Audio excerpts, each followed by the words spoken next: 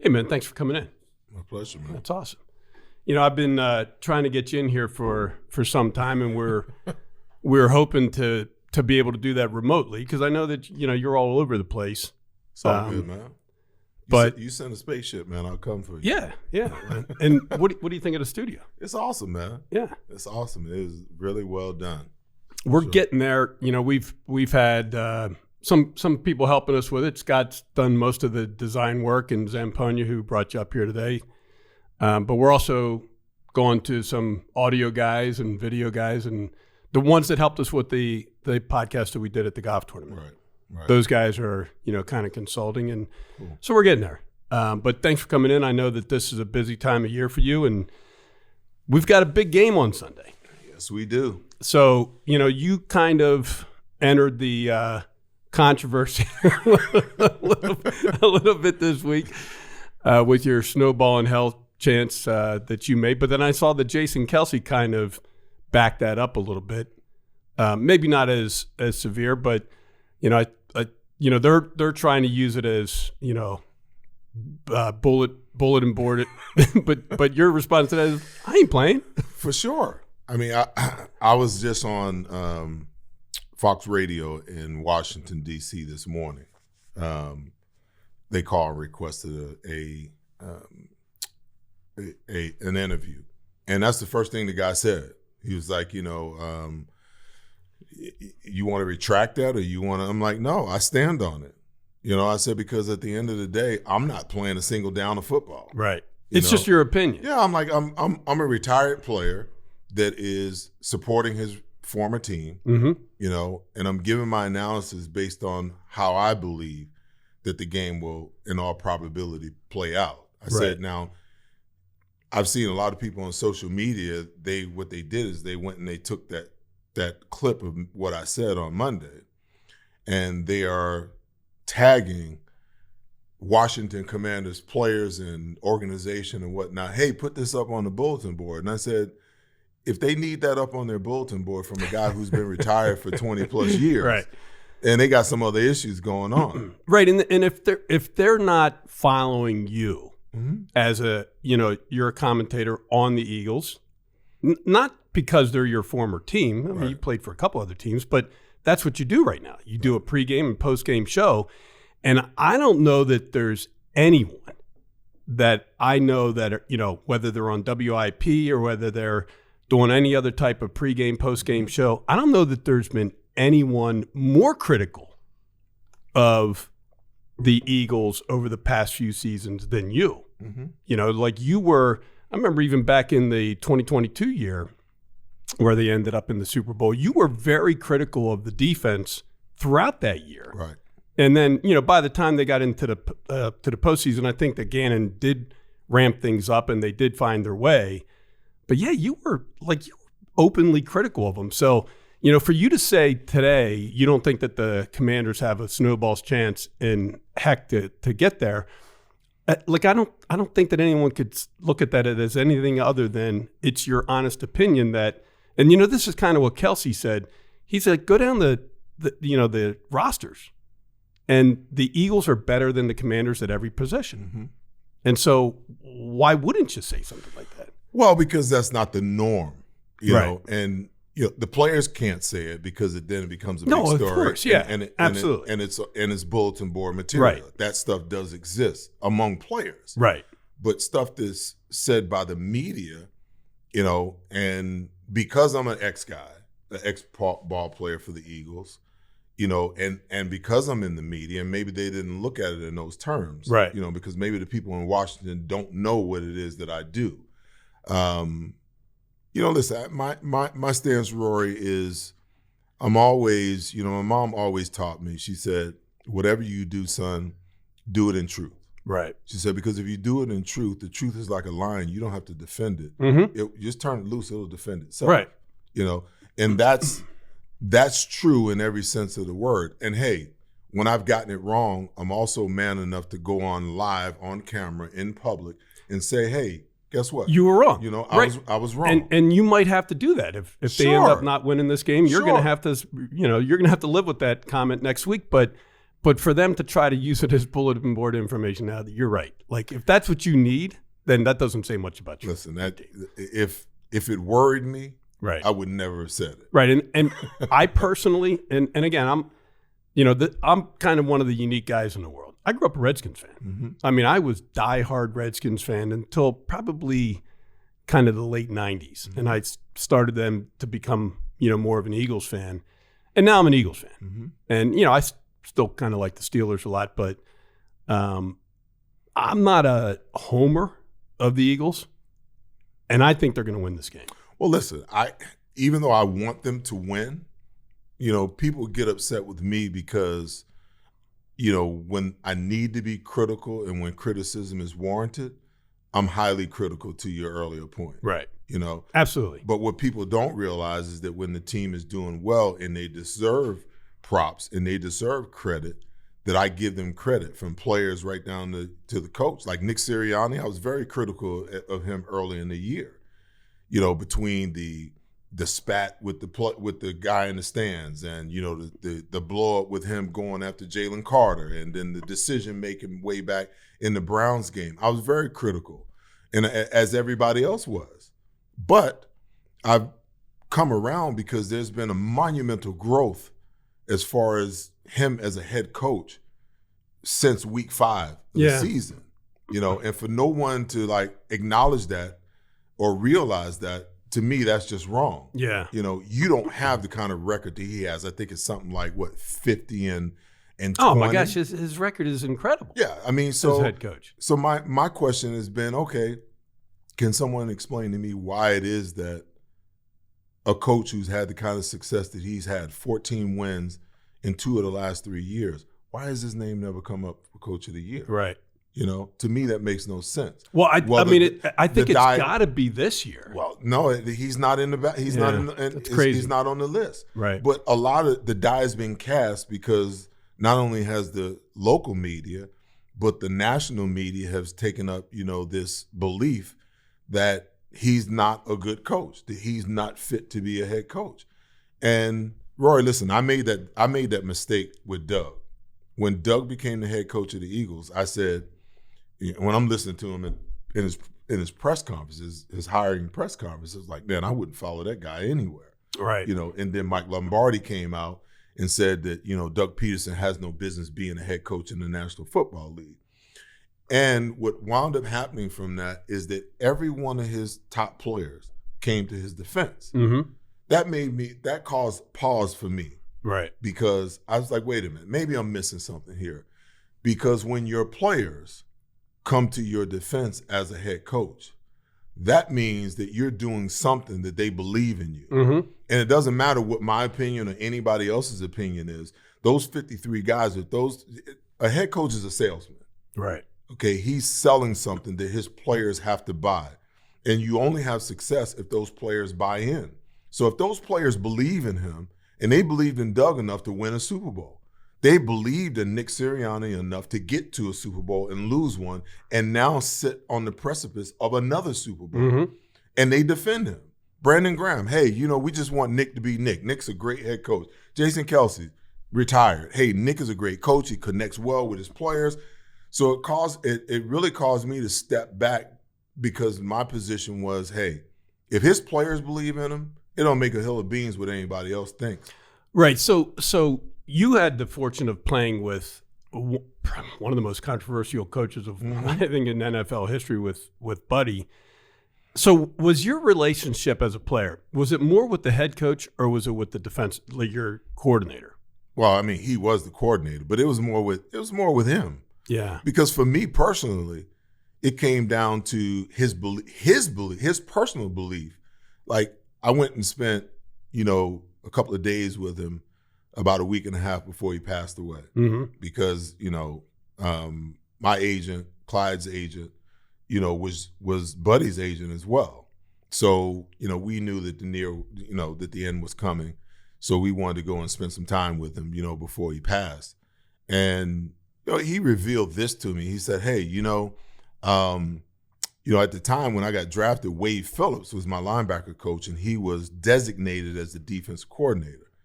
But Buddy wasn't letting anybody call that defense. That was his deal. He just gave him the name. But, and he was my linebacker coach. So he's like, Wade didn't believe in you. So was Buddy the coach when you got drafted? Yeah, Buddy drafted me. So was that the year after he won the Super Bowl with Chicago? So he won the Super Bowl with Chicago and then came to Philadelphia. Yeah. Okay. So he goes, Wade didn't see much in you. He wanted me to cut you. He's like, but, I saw something that everybody else couldn't see. And I kind of knew that in a way. But it kind of explained a lot to me too. Right. Because Wade, he rode my ass. Did you get cut though that first year? Yeah. And they brought you back later in the season? I got released the first 2 games of my rookie year. I came back week 3, and then by week 8, I was starting. Oh, okay. Yeah. All right. So it wasn't like later in the season. It was a week later. So it was just one of those things where it was like, my relationship was with Buddy, and as with, most of the players, even though you got all of these position coaches and coordinators and whatnot on the roster, the focal point of your relationship more times than not is with the head coach, because he's the tone setter. Right. If that's not the case, things are fractured. Right. Within the structure of, what how the team is built. It's kind of like, at the bank, everybody knows that you're the guy, So everyone wants to have that relationship.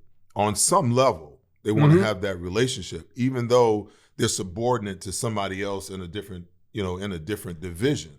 They know that you're the main guy. Right. You're setting the temperature, you're setting the culture, you're setting it all. It all starts at the top. Do you think it was that way with Buddy when he was in Chicago? Because I know that, there's that legendary, after they won the Super Bowl, the players carried him off the field, not Ditka. Do you think that was an exception to that rule? Do you think that those defensive players in Chicago maybe had a better relationship with Buddy than they did with Mike? Probably. Yeah. There's no doubt about it, because there was a fraction of players that carried Dick off and another faction. Oh, okay. That carried, so you'll never hear about Buddy that. off. You only hear about that. Buddy was taken off. Yeah, but I mean, if you look at the video when the game is over, you could see. I mean, even the fridge. William Perry. He was carrying Dick off the field. And a lot of it was because when Fridge came in typical Buddy fashion, I went through the same thing. There's this rite of passage that you had to go through with him. Like, Buddy never called me by my name my first 2 years on the team. He called me by my number. Yeah. And when I came in the minicamp that 3rd year and he called me by my name, it kind of startled me because he always called me by my number. So was that like a sign of additional respect at that point? That was the point of rite of passage. I was now one of his guys. I had earned, my spot. Right. I was one of his guys. More than just a number. More than just a number. And he would make everybody do that. You'd have to go through that process with him. That's just the way he was. He was a military guy. So when you saw William Perry carrying Dick off the field, that spoke volumes for his relationship with Buddy opposed to his relationship. Well, he was one of those. He did play both sides of the ball, right? Yeah, but didn't he score a touchdown in the Super Bowl? He did. Yeah, he did. But I tell you, the other thing too is, I think what wound up happening that I can almost promise you. I don't know it to be factual, but I can almost promise you, when the Fridge was drafted, it was more of a decision of Ditka than it was Buddy. Right. And as time went on, Fridge wound up being a pretty good player for Buddy, but Buddy made him prove it every step of the way. Now, if he was going to do that with Mike Singletary, and he did the same thing, it's been documented with Mike Singletary. He tried to run Mike Singletary off. But that was part of Buddy's development of a player, is that he wanted to see whether he could break you. Right. Because if he could break you during the week, then he had no use for you on Sunday, and he would do that with every single player across the board. He would make you that rite of passage. You was going to go through it. He was going to make you prove that you could be that player. He was going to pressure you through the week and, on a consistent basis to see how you reacted. Because if you couldn't stand up to the pressure during the week, then in his mind, you surely wouldn't be able to stand up to it on Sunday. So did he draft Reggie in that supplemental draft? Reggie was already here. He was Reggie, he was there. Yeah, Reggie had already been here because Reggie was in the USFL. Yeah, with Memphis. And the Eagles had his rights. Right. So when the USFL folded, he came to Philadelphia. I think he might have been in Philadelphia maybe 2, maybe 3 years before Buddy got here. So how did those two get along? Like, did he ever make Reggie go through that same process? I doubt it, because I think by the time he got here, Reggie was already a veteran. Right. And Reggie was already proven. Right. Like, people don't realize, I think it was like Reggie had like 21 sacks in like 12 or 14 games or something. So when you got that kind of production, there's no proving. It's already proven. So the Eagles defense today. Now, look, you were on one of the greatest defenses of all time. And that's, I think it was all those years, but it's really, they point to the 91 year, right? And because I think you guys were first in defense, first in rush, against the rush, first against the pass. You had, tons of turnovers. You had a bunch of interceptions. Eric Allen had a bunch of interceptions. So is that team, that defense, when they rank defense, they're always going to put the 76 Steelers, they're always going to put the 85 Bears, they're always going to put the 2002 Bucks. Does that defense get into the top 5? And if it doesn't, is it because, you guys had a real bad fortune that year. You lose Randall Cunningham in the first game. Jim McMahon plays well, but he didn't stay healthy, right? So you had like 2 other guys that were kind of quarterbacking. And even though you guys had absolutely the most dominant defense in the league that year, you don't even make the playoffs. So as you compare that team and that defense to this team and this defense, like what's the comparison? Because this defense is good, right? Like I would say that this defense is one of the best in the NFL this year. Well, first of all, the game is different. It's a completely different game. I don't think that, that there's any comparison. I really don't. Just because we had so many good players across the board. Like, they've got good players in certain positions. Oh my God, you guys were loaded. Yeah. I mean, you guys had Clyde Simmons, who was phenomenal. Yeah. And he was probably the 3rd best person on the defensive line. The thing is, we just, we had players that could have walked off of that team and been an A player on any team in the National Football League. That's how loaded we were talent-wise.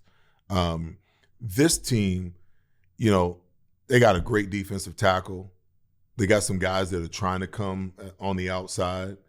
You got a guy that came out of nowhere in Zach Bond, first-team All-Pro, first year as a starter, Pro Bowler. You got a guy that's declining. There's been a Pro Bowler for many years in Darius Slay. You got, 2 young guys that are making their way. So it's kind of, the comparison. As good as they can be, and I think they're just scratching the surface, I don't think that there'll ever be another defense, like our defense. Not in Philadelphia. Because of the players. Because of the players. Right. Because you had a Reggie Wade. Because you had a Jerome Brown. Because you had a Clyde Simmons and a Seth Joyner. Like if you went player for player, there's no comparison. No comparison. Like, there's nobody on this team that you can compare to Reggie. So you may be able to compare, Jalen Carter to Jerome. He's about as close as I've seen to Jerome since Jerome, passed away. Right. I was going to ask you that question. If Jalen Carter reminds you of Jerome Brown, 100%. Because to me, looking at it, they look a lot like 100%. You couldn't strong. You can't block him one-on-one. He can dominate in the run game. He can rush the passer. He's unbelievable. It's just, I was so happy and blown away when he fell to us. Right. Because there's no way, if you look back now, and I know there's some extenuating circumstances, with him coming in with the off the field stuff. But if everybody went back in the draft and looked at that scenario all over again, he'd never make it past 2. It wasn't that big of a thing. It wasn't it was. It was because of all the other stuff, Rory, that surrounded it. It wasn't just the accident. It was how it was handled afterwards, that he left the scene. It was he didn't show up, to the combine because of what was going on as far as that was concerned. And then the biggest criticism was the contrition. Right. And I have a major problem with contrition because, until you can be in someone's head and in someone's heart, you don't know how contrite they truly are, And everybody was like, well, he doesn't seem like he's all that sorry. And I was like, wait a minute, let's stop. So what happened with the accident? So they were racing. Right. They were drag racing. He was in one car. Another teammate and a female trainer was in another car. That car lost control. It crashed, and the two people in that car died. Okay, that is bad. Yeah. I'm not sure that I knew that story. So then, and my thing was let's talk about this contrition. Let's break it down, to its barest elements. Which one of us at 19 to 21 years old didn't do something dumb like drag racing? Yeah, right. Okay. Or worse. Yeah, right. Okay. Unfortunately for him, two people that he knew and cared about lost their lives that day. Right. Okay. He has to live with that. He has to live with the fact that he was drag racing with two friends of his and they lost their lives because they were doing something dumb. Right. So you can't measure his contrition by the words that comes out of his mouth because you don't live with the nightmares that he has to deal with on a daily or nightly basis, realizing that two people he cared about are no longer here, and he was a part of that. Right. He wasn't the cause of it, but he was the part. Right. He was a part. He was involved. He was there. Yes. He was involved. Yes. So, have you gotten to know him? I haven't. I'm not around the team a lot, because of my controversial stance. I'm not around the team a lot. I get to see and meet some guys here and there, but I don't know him. I'd like to talk to him. I'd like to get to know him. But, he seems like he's got his head screwed on right after all of this stuff has happened. He's moving in the right direction. His career's going in the right direction. I just hope that he's growing as a human being and as a man as much as he's growing as a football player. So do you think that this defense is more driven by Fangio and his schemes? Because I know that 91 defense, again, no comparison in personnel, right? You guys had too many great players. Guys that went on, hopefully Eric Allen gets in the Hall of Fame this year. You should have been in, 2 years ago when you were up. Thankfully, Reggie got in. But Bud Carson was the coordinator of that team, right? Yes. That was the year after. It was 91 was the year after Buddy got fired. Right. Yeah. So was his defensive schemes part of the reason why that defense, not the 90 defense or the 92 defense, that was considered, the best Eagles defense of all time?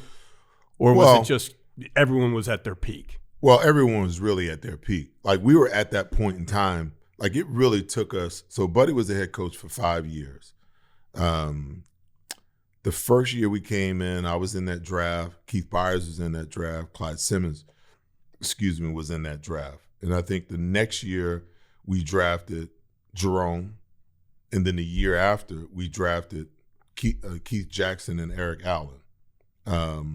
So by the time we got to year 5, the defense was fully formed. And that's what he was really trying to do, was formulate the defense and then go to work on the offense. Unfortunately for him, time ran out with the 3 losses, 3 X's in a row in the first round. But Bud came in and inherited an extremely talented group. And, the 46 was so complex that it really took us probably 2 years to learn it.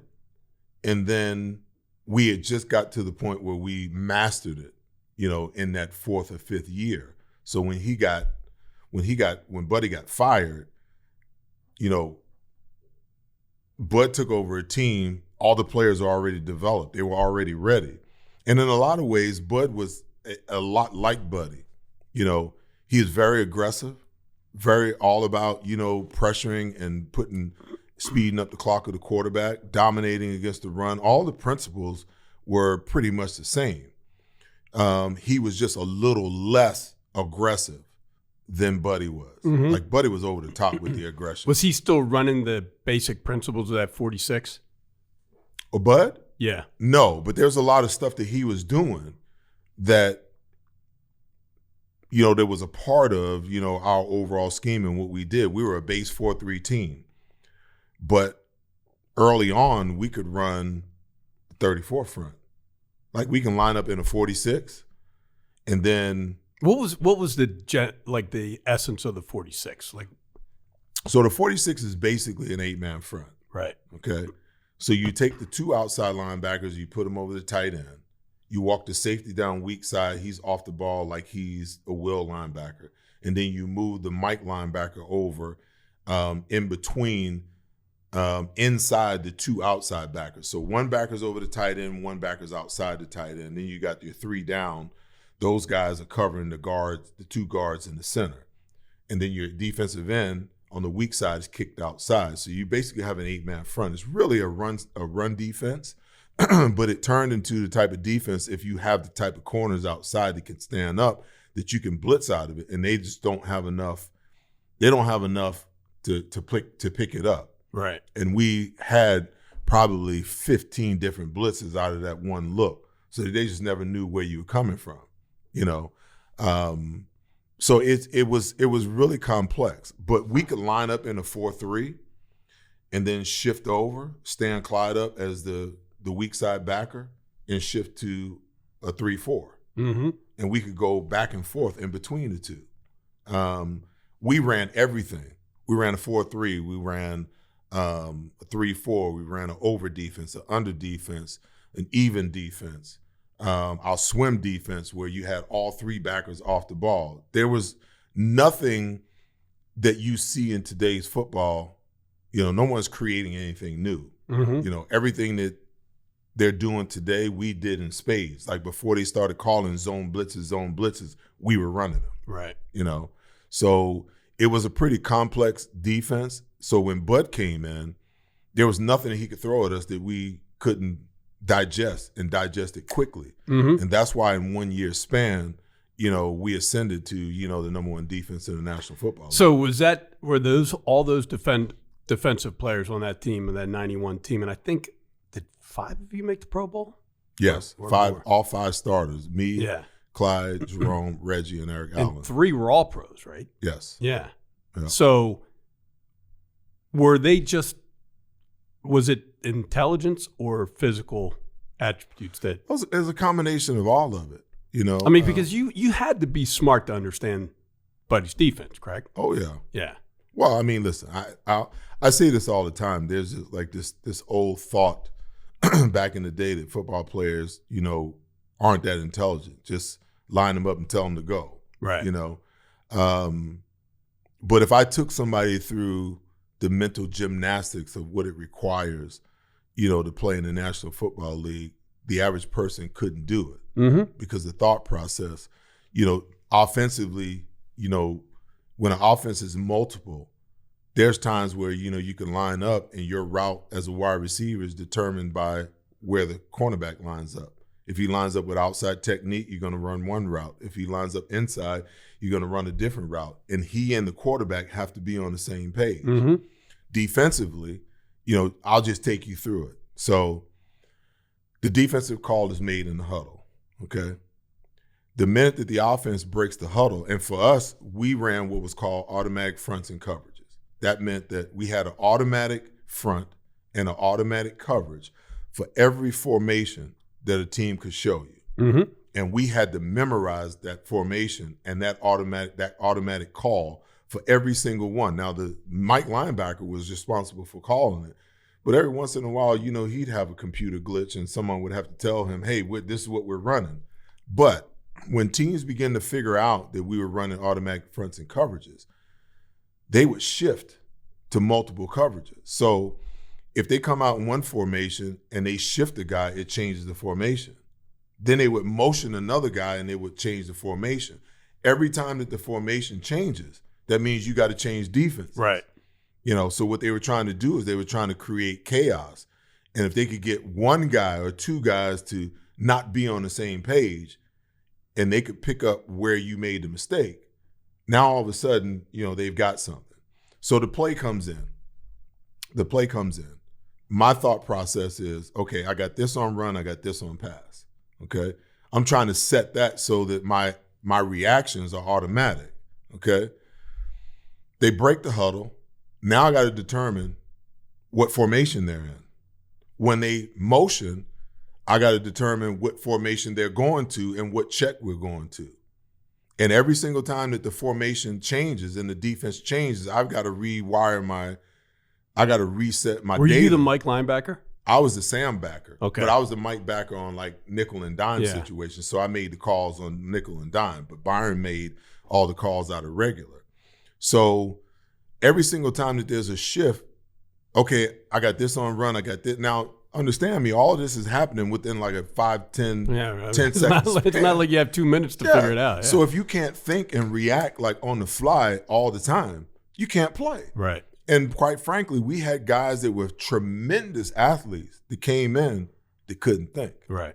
They couldn't adjust, to the complexities of what we were doing. And some of those complexities, they live in today's football. I don't think anybody's defense today is as complex as what we were running, but it is still complex, and guys have to have the ability to think, which makes what Vic Fangio has been able to do with this defense even that much more impressive. Mm-hmm. To come in 1 year, the first year, you got 2 rookies, 2 new starting, linebackers. You brought a guy who played for you 2 years ago back. He's learning a new system. Everybody's learning a new system. And through the first 4 games, you're one of the worst defenses in the National Football League.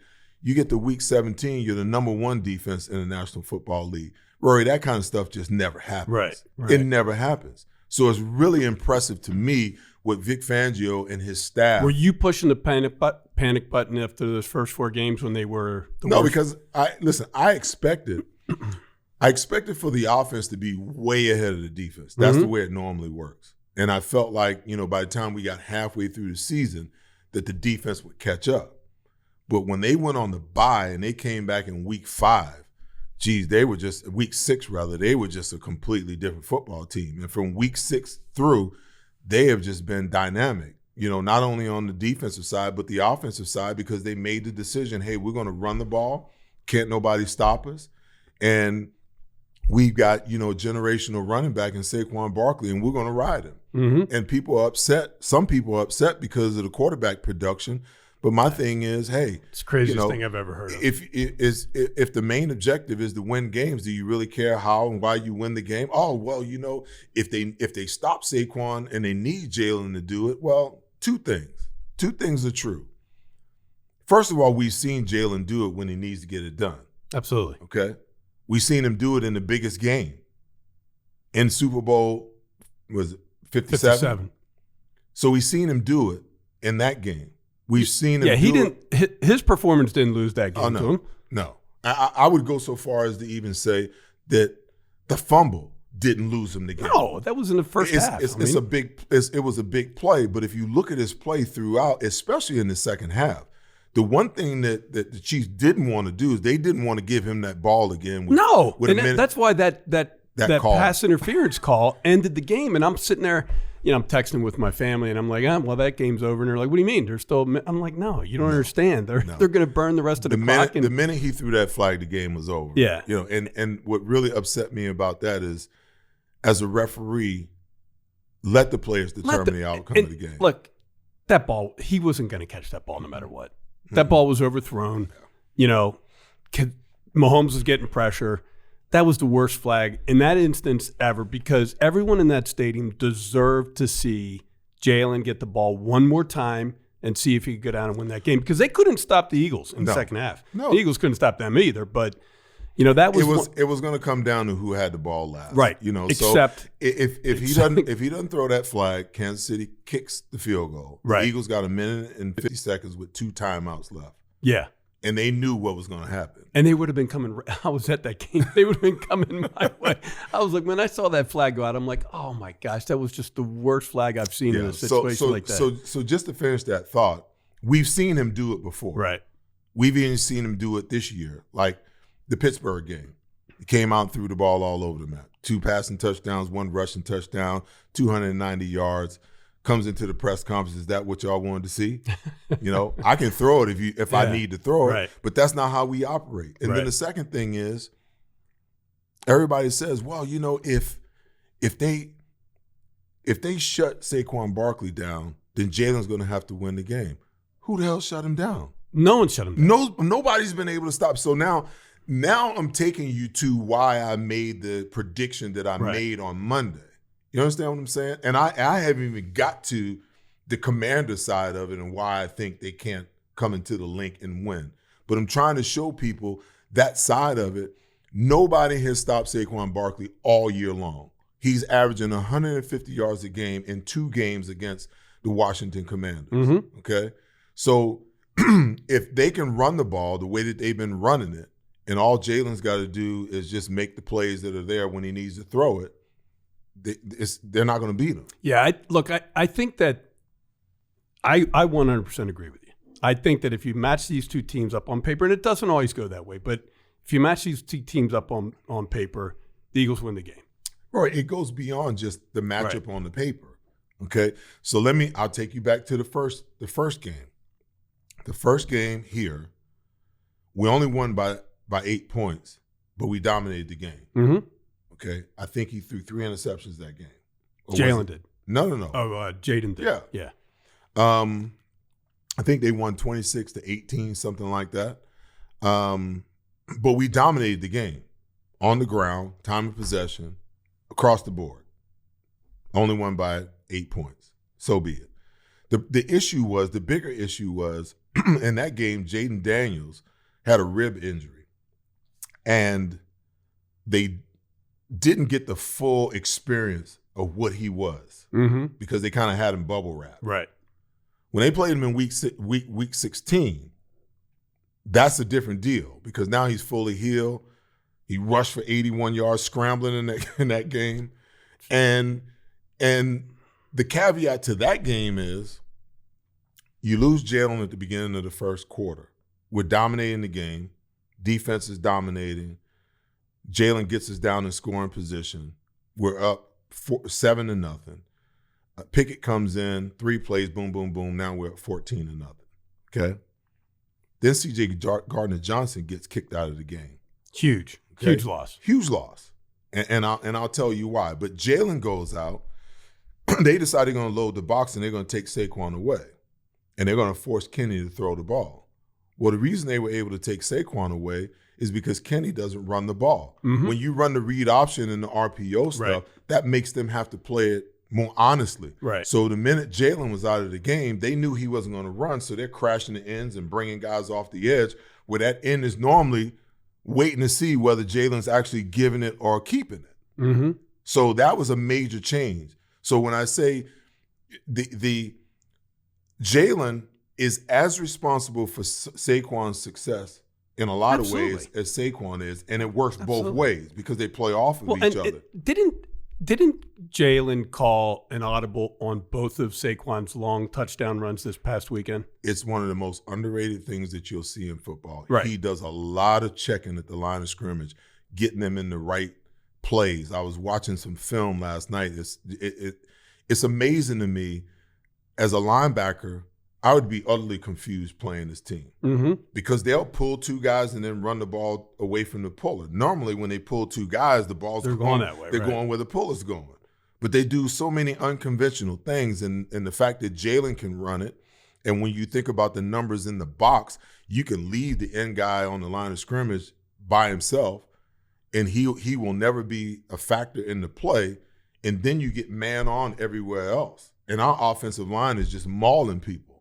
Absolutely mauling. As run blockers, those guys are incredible. It's best line I've seen in a long time. When I watch them play, it is one of the most fascinating things, to watch. And I watch the game from an analytical standpoint.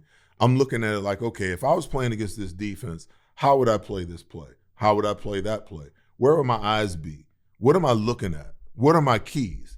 And they break keys all over the place. So defenses are not only being mauled, but in a lot of ways they're being confused because a lot of times they don't even know where the darn blockers are coming from.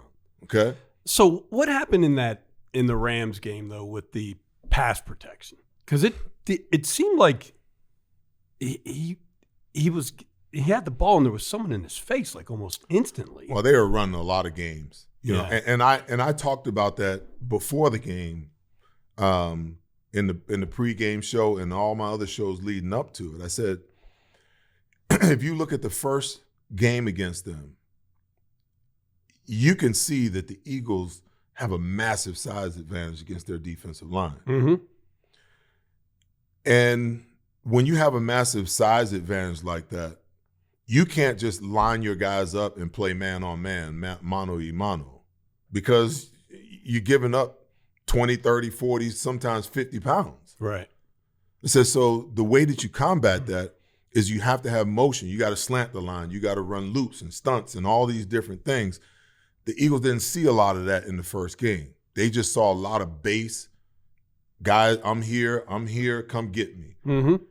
In the Rams game, man, they were stunting and looping guys all over the place. And I don't know that the Eagles were really, really prepared for it. And a lot of times the pressure was on Jalen so quick that he didn't even have a chance to get rid of the ball. You know, now some of those sacks are on him. Like when he's standing in the pocket or he rolls right or he rolls left, there's no reason to slide and take that sack. Right. There's no need of running out of bounds before you get to the line of scrimmage. Just throw the damn ball away and save the yardage. Get outside of the pocket. But for some reason or another, you know, he'll take 2 sacks in a game where they're gifts. Right. Because every other quarterback, the minute they break the tackle box and they're getting pressure, they just throw it away. How do you grade Kellen Moore's calls in that game, in the Rams game? Like if you're giving Kellen Moore for his play calling, now, you know, forget about the audibles that Jalen might call, you know, at the line. Just the basic play calling that Kellen Moore did throughout that game. How do you grade him? I didn't have a problem with the play calling per se. I had problems with the situational calls at times that he made. Well, that's like the sack, like the safety that he took. I thought that was a terrible play call. Awful. There's no way in that situation. Run the ball. It's second down. Run the ball. Get a couple yards. You run the ball 3 times in a row. And punt. And if you don't get if you get the first down, great. Then you can begin to open the offense up a little bit. But you don't run a straight drop back with your quarterback standing in the end zone with a knee brace on, knowing that he's got limited movement, and the conditions aren't conducive for him having great footing to get away from anybody. Right. No, I thought that was a terrible play call, but I also thought that I think it was the penultimate drive in the first half. They were in field goal range, and it was 2nd and 8. And he took the sack and knocked them out of field goal range. Yeah. Like, why are you passing in that situation? Run the ball, try to get into a 3rd and short situation, and then if you have to pass it, that's fine. But walk away with the field goal. Like, but I just didn't get that. I think with the conditions, I think that there's a little bit of a lack of confidence in Jake Elliott right now. Well, for good reason. Oh, listen. Look, Seth, he's had a great career, right? And he was a very dependable kicker. But the frustrating thing for me this year is those 2 extra points, really. Yeah, that's very frustrating. But more frustrating is you can't depend on him for over a 50-yard field goal. And I think that when you're in the playoffs, when you're trying to get to the big game, I think you have to have a threat that you can make a 50-plus yard field goal. Yeah, but I don't think you can move off of him. I don't think you do that because anybody that you bring in now, they are going to feel I agree with that. An immense level of pressure on field goals of any length. Right. You know, and in Jake's defense, Jake made 3 field goals in that game that were absolutely huge. Incredible. I mean, the last 2 were incredible. 44. And by the way, I said that, who's the holder? Is it the punter? The punter. That dude should have got a game ball for putting those 2 balls down on the ground in that second half. I mean, that was incredible. They were outside of the body, but you know the 44-yarder was huge. Right. And then you know the 2 after the fumbles, you know, in the fourth quarter or the second half. I think they were 23 and 37 yards. It's like, you know, if he doesn't make those 2 field goals, we got some serious issues on our hands. But, you know, listen, at the end of the day, you know, kickers are so quirky, man. They go through these ups and downs. And I don't know why, you know, what it is. I mean, if you can kick a field goal from 44 yards, the extra point should be a piece of cake.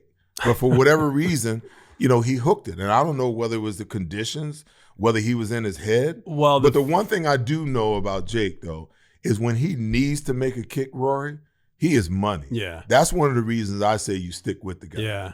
I just, like, when he missed the first extra point, but the conditions weren't bad at that time. True. Right? It was just very frustrating for me because I knew that game was going to be close at the end. Mm-hmm. I knew it. And, think about if he made those 2 extra points, right? Now, again, he made 3 great field goals. Mm-hmm. But if he makes those 2 extra points, the Rams, coming down at the end, they would have to get a touchdown and a 2-point conversion just to tie it. As it stood, they could have gotten a touchdown and an extra point to win it. We were all holding our breaths, that's for sure. Yeah, that was nervous, man. And I think Jalen Carter should be their player of the year just for that sack on third down. I mean, that was a huge play. But man. It wasn't just a sack. It was 3rd and 2. It was 3rd and 2 from the 13. Yeah. The 13. He gets the 9. Quite frankly, I don't even know why the Rams were passing the ball at that point. They should have been trying to get the first down because they're going to go for it on 4th down. They would have had to. But. True, but you know what? They were having some success because if you go back to the series before, Saquon rips off the 78-yarder. Now they're down 15. They're down 15 to 28, and then, Vic Fangio for the first time in the game, he goes conservative. He started paying, it almost seemed like it was prevent defense. Yeah, and they go 7 plays, 70 yards, a minute and 48 seconds. Right. Boom. Now it's game on all over again. Now they're only down by 6. The Eagles proceed to get the next possession and go 3 and out. Right. And then now we've got 2 minutes and 23 seconds left. And now the defense starts playing a little more aggressive, but Stafford makes a hell of a throw and Nakua makes a hell of a catch for 35 yards. And now they're in positive territory. So you get down, they're on the 13. Jalen makes the sack on 3rd and 2. It goes to 4th and 11. And then Jalen gets pressure on him on the next play and forces the bad throw. And I'm like, wow. So how do you was he single teamed on the sack? Because you can't stop him if he only has one guy blocking him. I think what he did was he was lined up between the center guard on his side. Mm-hmm. And I'm sure the center and the guard was supposed to double him. And he shifted. But he faked on the snap. He faked like he was going to go on the other side of the center.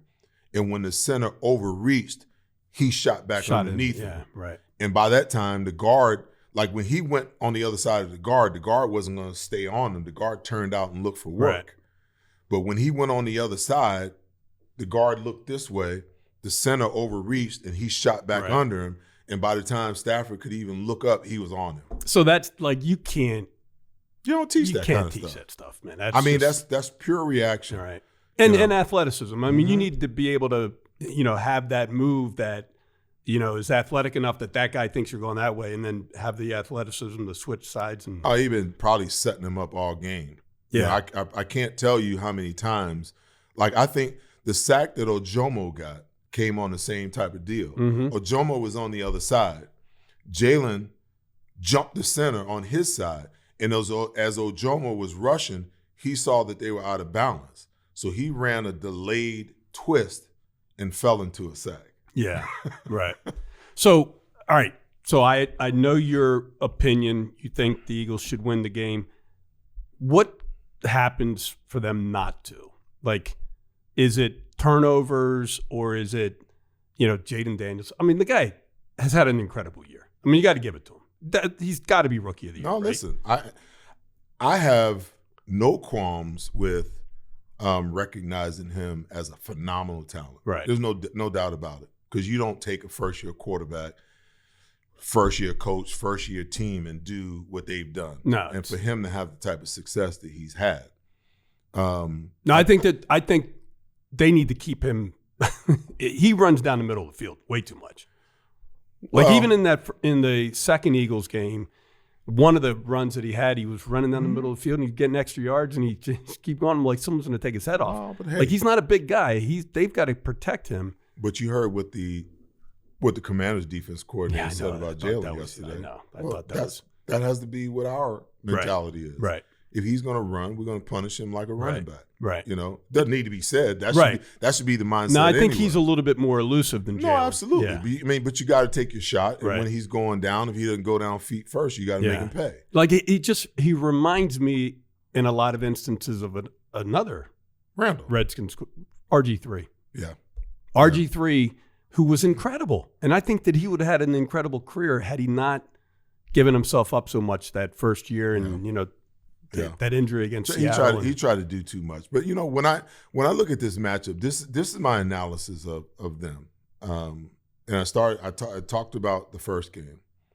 The second game, I think his speed, his elusiveness, vexed that defense. I think they were shocked. Yeah. They were in a state of shock because the first game they didn't see it. Mm-hmm. And it's one thing to look at that on film. Absolutely. It's another thing to experience it in real time. Right. And I think it caught him off guard.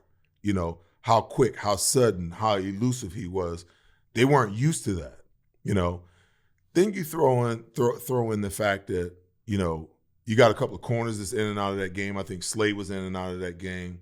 You lose Gardner Johnson, which was a big deal because he's the talker. Obviously, that's what got him kicked out of the game. But he's the one that's communicating with Reed Blankenship, and he's communicating with everybody else to make sure it keeps everybody on the same page.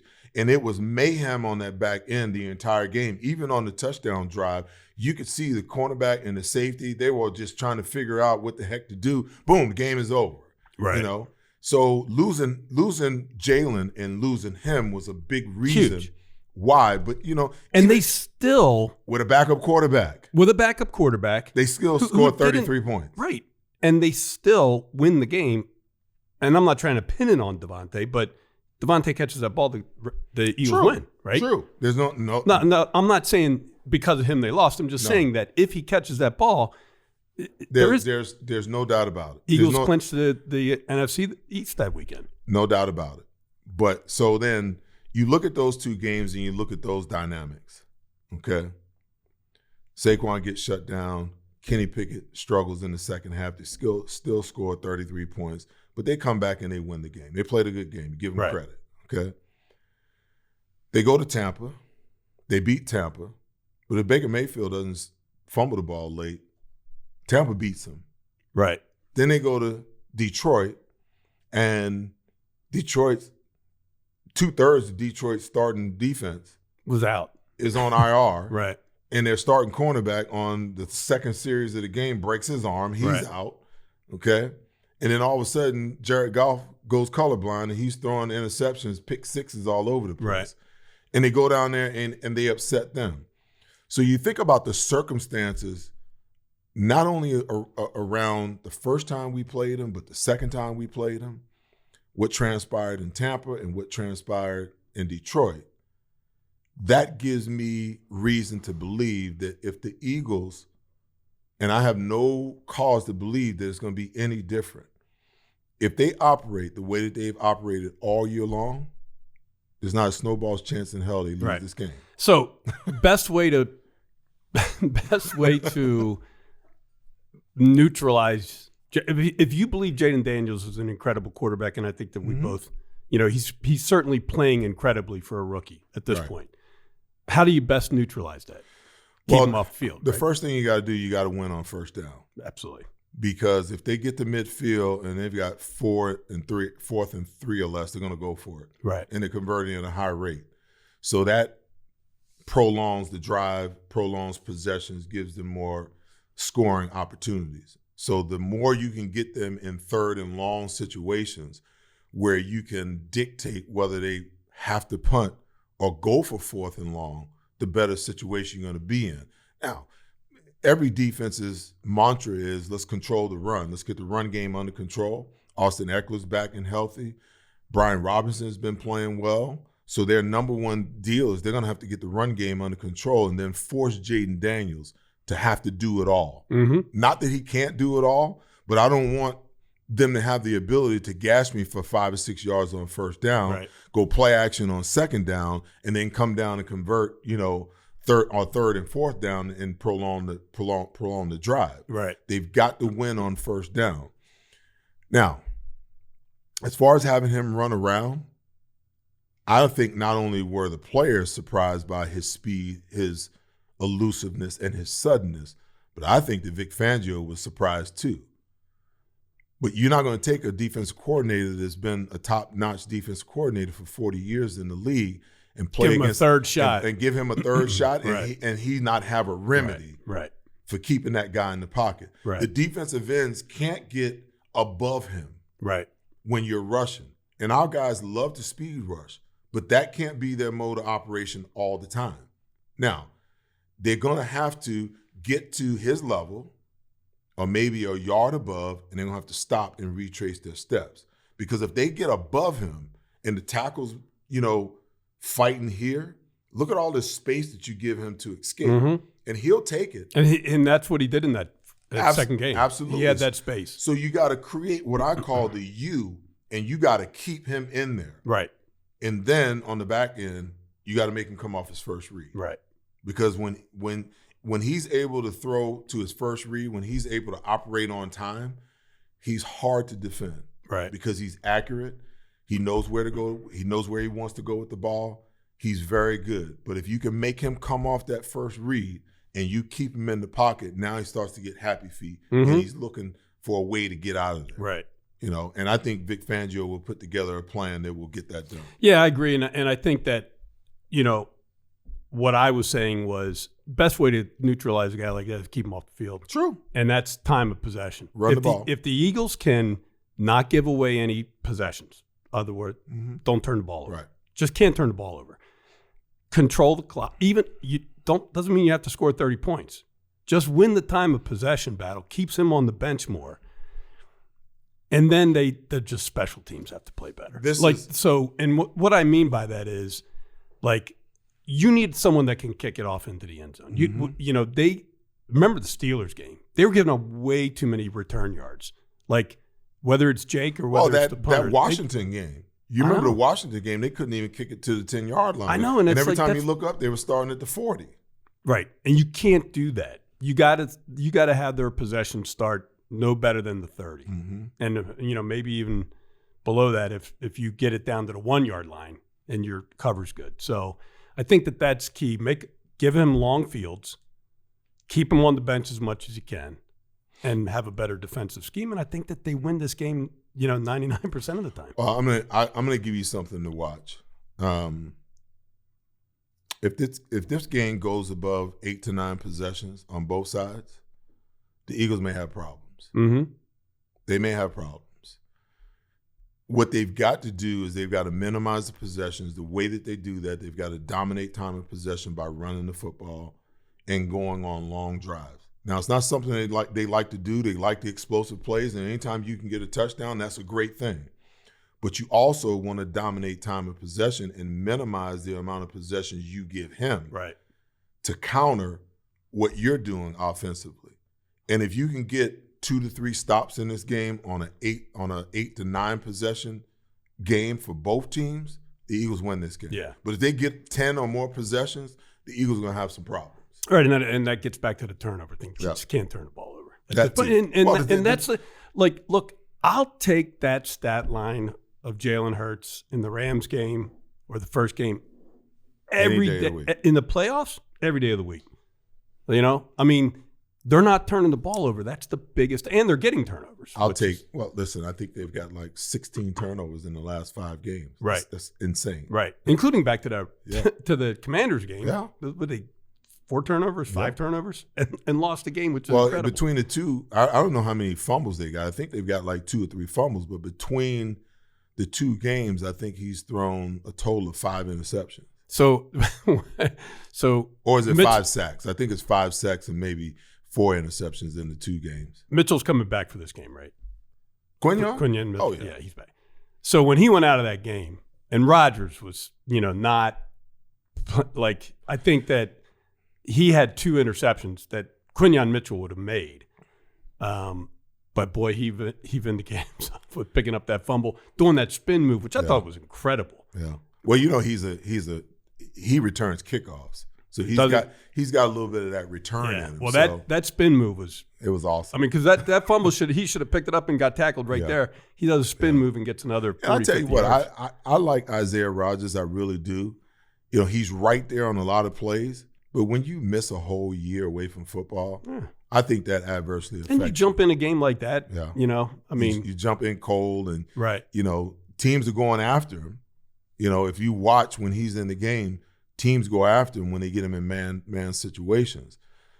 Because, in my opinion, he's missed a full year of football. When you sit out that much, it takes time for everything to because before he got suspended, he was developing into one of the top cornerbacks in the league. I think that's one of the reasons why Howie signed him, you know.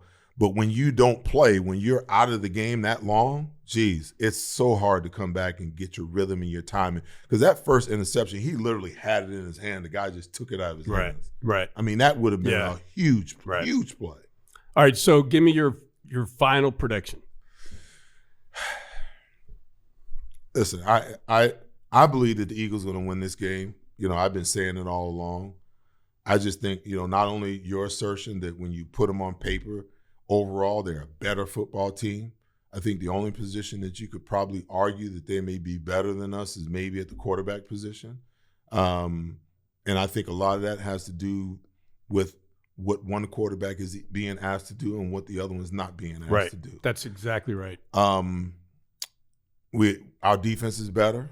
Our offensive line is better. And when you can dominate the trenches, more times than not, you're going to dominate and you're going to win football games. And it's hard for me to believe, and everybody keeps saying it. I was watching FS1 and ESPN and all the pundits yesterday, and it's, well, you know, if they can stop Saquon Barkley, good luck with that, because I haven't seen one team that's been able to stop him this year. He's only been slowed down twice.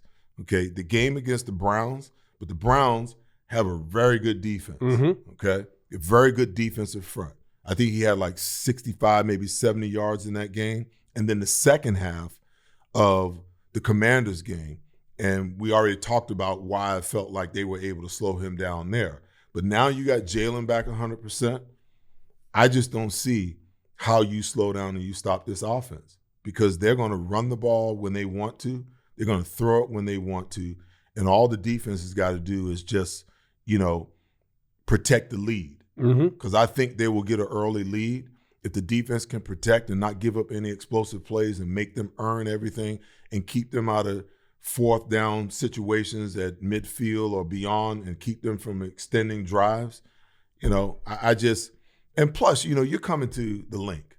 That place is going to be, oh my God, you're going to be able to take, you know, a plug and just hover it over the Link, and it'll light up anything that you want to light. That's how electric it's going to be there. And they're going to have to deal with that. Like, they're not even going to be able to hear themselves. And the Eagles' record in the Link in the playoffs is really, really good. Really good. I mean, even though the very first, you know, year they lost to Carolina at home, since then though they've been pretty automatic at the Link. Yeah, I don't know that I believe this. This is what I scripted for my TV show this week. I had the Eagles winning 35-17.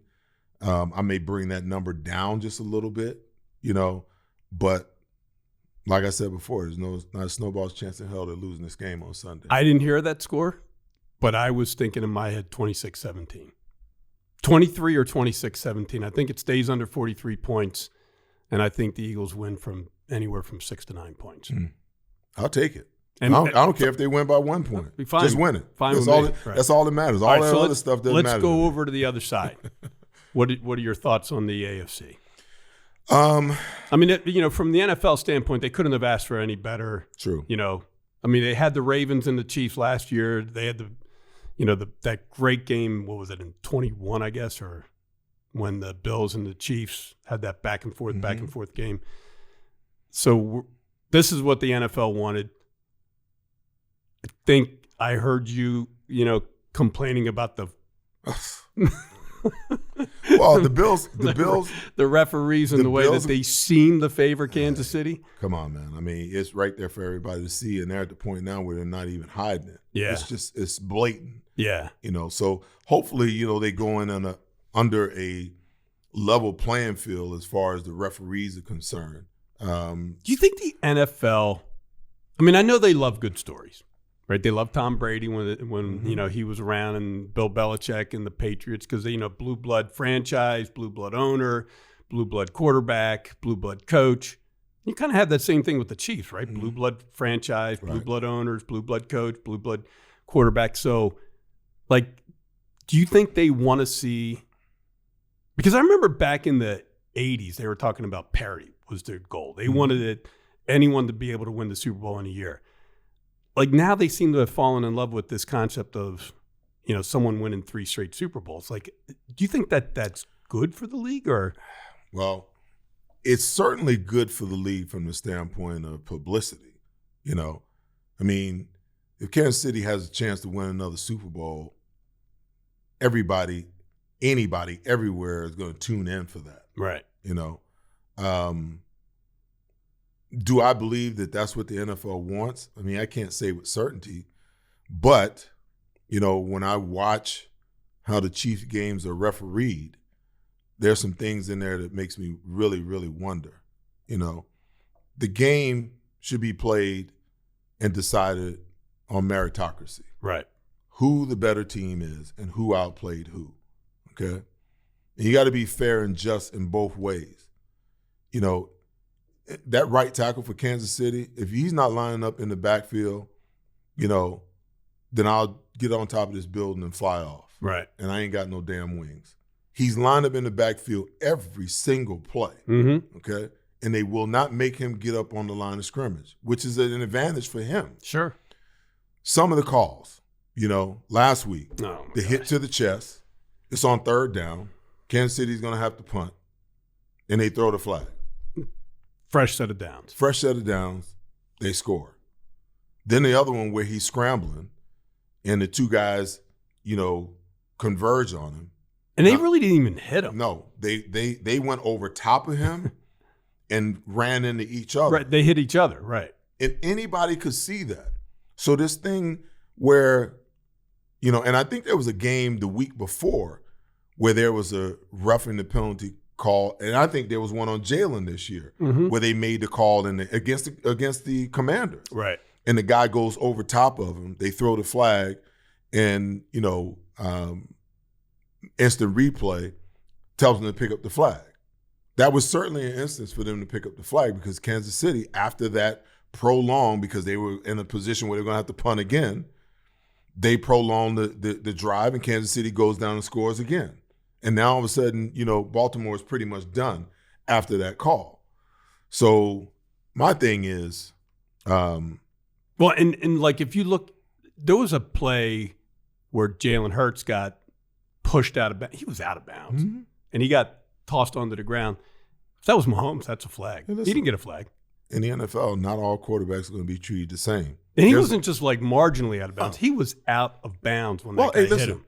They beat the. And I don't think that there should have been a flag. I'm just saying that if that's Mahomes, that's definitely a flag, without a doubt. Yeah. But you know, it shouldn't be, but in my opinion, there's a differentiation between, you know, how quarterbacks are refereed. What if you're a runner or you're not? Right. Like a guy like Mahomes, if you come anywhere near him, they're going to throw the flag. Guys like Jalen and Josh Allen and Lamar Jackson, they're not going to get the benefit of the doubt. Right. If it's borderline, they're going to swallow the flag. Right. And I don't think that's right. That's not fair. So can the Bills overcome what seems to be a referee's advantage in Kansas City? So they're going to be fighting a hostile crowd on the road. You know, weather elements won't be a factor because, you know, they could play in any conditions. I tell you what. But they're going to be playing against, you know, Andy's got to be considered one, if not the best coach in the NFL right now. He's certainly one of them. If Patrick Mahomes isn't the best quarterback in the NFL, he's certainly one of the top 2 or 3. Yeah, but he hasn't set it on fire. You know, I posted something last week. People were chirping about Jalen's numbers. And I know, I saw that. And his numbers were no worse than Mahomes. I had to post it. So right. Patrick Mahomes threw for 162 yards, 2 touchdowns, or maybe 1 touchdown. Right. And like 30 yards rushing. Josh Allen, 128 yards, 127 yards passing, 2 rushing touchdowns, no passing touchdowns. Jalen, 128, 1 passing touchdown, and a rushing touchdown. And a long rushing touchdown, yes. Yeah. And I said, okay, someone help me understand this. Right, because everyone's crying about Hurts and saying that he's holding them back. And these guys are doing the same thing. You know, honestly, and I know we talked about it earlier, I think that because I had a friend of mine who was complaining about Hurts. And I said, you're not watching the game. Like, he did exactly what he needed to do to win that game. And that's all he cares about. Right, it's narratives. You know, when the Eagles made a decision in week 6 to be a running football team, do you know that Jalen Hurts is averaging 21 passes a game? That's it. Right. What did he have the other day? But he like back in the day, 17 passes? Like back in the day when Marino and those guys were throwing the ball 25 times a game, they were throwing it more then than Jalen is actually throwing it now. And guess what? He's averaging over 70% completion percentage, even at that number. So if the team is winning, even if his numbers are pedestrian by definition of what it should be in today's NFL, why do you care? You don't. Because I said, does anyone remember how Trent Dilfer played in the 2000 year? Or whatever that was? No. No one knows what he did in those playoffs because it didn't matter. He didn't do anything to lose them games. All they know is that he won, and he won a Super Bowl. He has a Super Bowl ring. Yeah. Because you don't care what the quarterback stats are. I mean, Dan Marino had the most ridiculous stats of all time in 1984. Who cares? Hey, listen, I played against, in that era of all the great quarterbacks, the best passing quarterback I ever played against was Dan Marino. Oh, man. Bar none. I went to college with him. I got a chance to go see him as a freshman and sophomore in college. I got to walk up Cardiac Hill in Pittsburgh, with my season ticket that cost, I think, $5 at the time, and watch Dan Marino play. I think I probably watched him between the 2 years 10, 11 times. And he only fell down in that draft because of, speculation, rumors. And maybe they were legitimate, maybe they weren't. But I'll tell you what, there's 26 teams in the NFL that were real dumb. Mm-hmm. Not to take Dan Marino. There's no doubt about it. He was incredible. I think there's a shift going on in the NFL. It's been pass-centric for so long, and I think defenses are becoming much more complex. The chess match between this too high and single high safety and what do you do against it? Do you run or do you pass against it? Is now dominating how offensive coordinators call plays. When you have Saquon rush for, 205 yards in the regular season and Derrick Henry rush for darn near 1,900 yards, I think there's going to be a shift in how the NFL looks at how you win football games. And I'm going to be honest with you, I think that one of the main reasons why Baltimore lost last week is because they didn't feature Derrick Henry enough. I went back and did a quick study. Do you know every single game that Baltimore lost this year, did Derrick Henry carry the ball 19 times or less? Wow. So every one of them. Get him 20 carries or more and they win. You get him 20, 25 carries. Right. You're going to win the football game. And they did that last year, which hurt them. They were a running football team all of last year. They get an AFC Championship game against Kansas City, and they try to throw the ball all over the map instead of sticking to what got them there. Right. I just don't understand why teams do that. But I think that there's a renaissance coming that's going to move us more back to, and it's more quarterback friendly. Right. There's only a handful of quarterbacks that can go out there and throw it 40, 50 times a game. But even if you throw it 40 times, you're going to turn it over. Mm-hmm. You're guaranteed at least 1 or 2 interceptions when you throw it that much. You bring the number down and dominate the line of scrimmage. Now, those you see with Jalen, what has he had? 2 turnovers since the bye? It's incredible. And there's no greater indicator of wins and losses than turnover. Right. So my prediction is I don't think the Bills are going to have enough to get past Kansas City. So I think they have. I think they have enough. I really believe it's going to come down to the Bills' ability to do something with Travis Kelce. I told you Patrick Mahomes had 162 yards passing last week. That's it. That's net after the sacks that he took. 162 yards. You know how many yards Travis Kelce had? 119. Wow. And it just continues. I don't even know who their other receivers are. So, just stop Travis Kelce. I mean, it continues to blow my mind, and it's not a knock on him, but I know what it's like to cover a tight end. Yeah.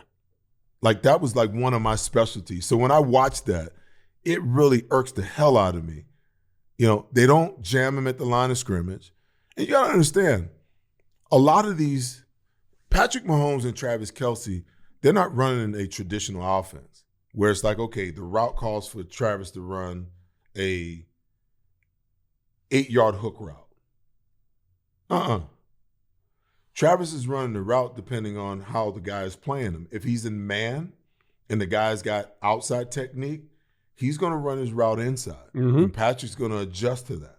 If he's man inside, he's going to run his route to that. He's going to adjust away from him outside, and Patrick's going to adjust to that. If they're in zone, he's going to sit down in between the two zones. Right. Every single time. And when you're in zone, it's always a numbers thing. So I was watching, last week, I was watching the game against when they played against the Texans. And Al-Zazir, the linebacker that got suspended for the hit, they were in a 3-by-2 set, and the linebacker is lined up to that side.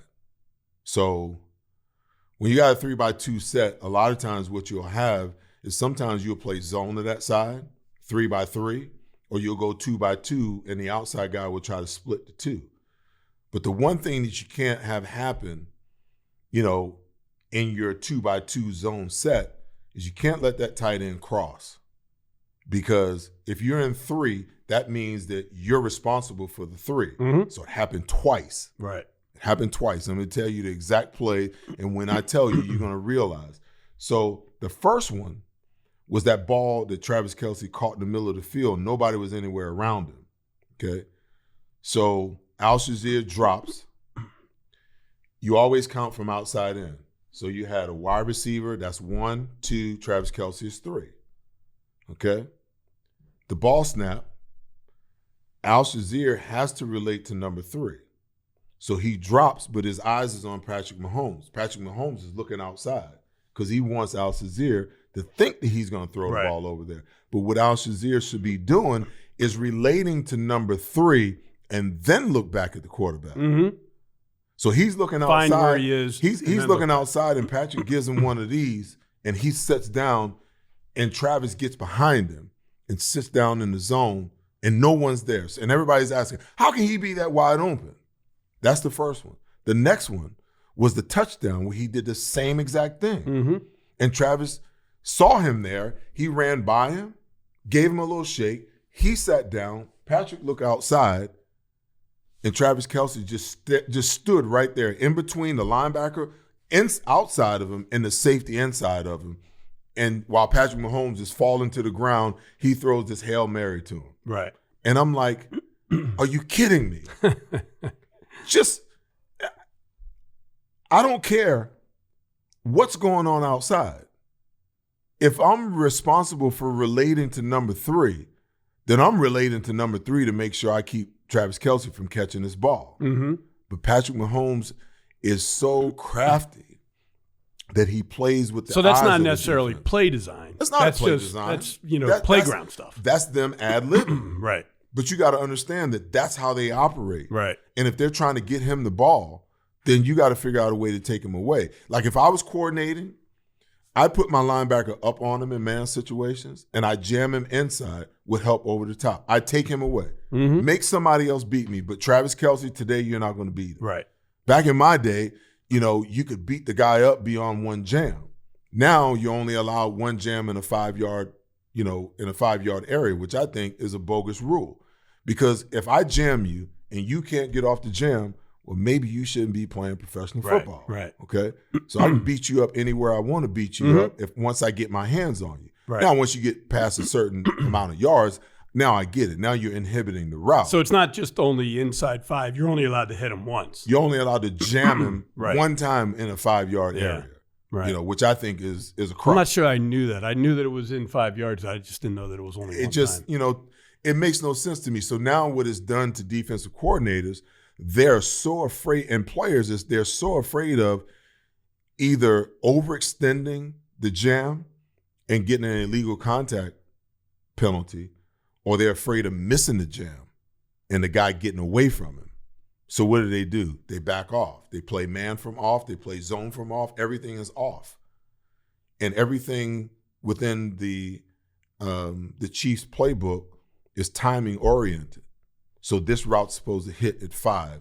This route is out at 10. This guy is supposed to hook up at 12. So when Mahomes drops back and everybody's hitting where they're supposed to on time, he can pick and choose where he wants to throw the ball. Right. But if I jam this guy and he's supposed to be at 12, and by the time Patrick looks, he's still trying to get there because I jammed him, now I've thrown off the timing. It's the same thing with Kelsey. If he is in that 5-yard area and I put a good jam on him, if he's supposed to be at 8 when Patrick is ready for him to be at 8 and he's at 6, he's got to come off and go somewhere else. He can't wait for him because the rush is going to get him. Right. So these defensive coordinators are losing the advantage of slowing this offense down because they're so afraid of missing the jam or getting a penalty that they're just allowing these guys to just run through their defense. And that's just not, to me, that's just not good football. All right. So we'll see what happens this weekend. If the Eagles advance, I think it's going to be the Chiefs and the Eagles again. I do too. That's exactly what I think. And I want the Chiefs and the Eagles so do again. I think the Eagles can beat the Chiefs. I do. I think that Fangio and that defense can and by the way, I think the underappreciated thing about the Chiefs is their defense under Spagnuolo. I think Spagnuolo is a very good defensive coach. And, everyone always focuses on Mahomes and Andy Reid. I think Spagnuolo is a tough defensive coordinator. Well, I was kind of praying that he'd get a head coaching job and get the hell out of there finally. But you and me both. I think that, you're 100% correct. I think the first couple of years, there's no doubt about it. The first couple of years when Tyreek Hill was there, they were an offensive-centric team, and they were not very good defensively.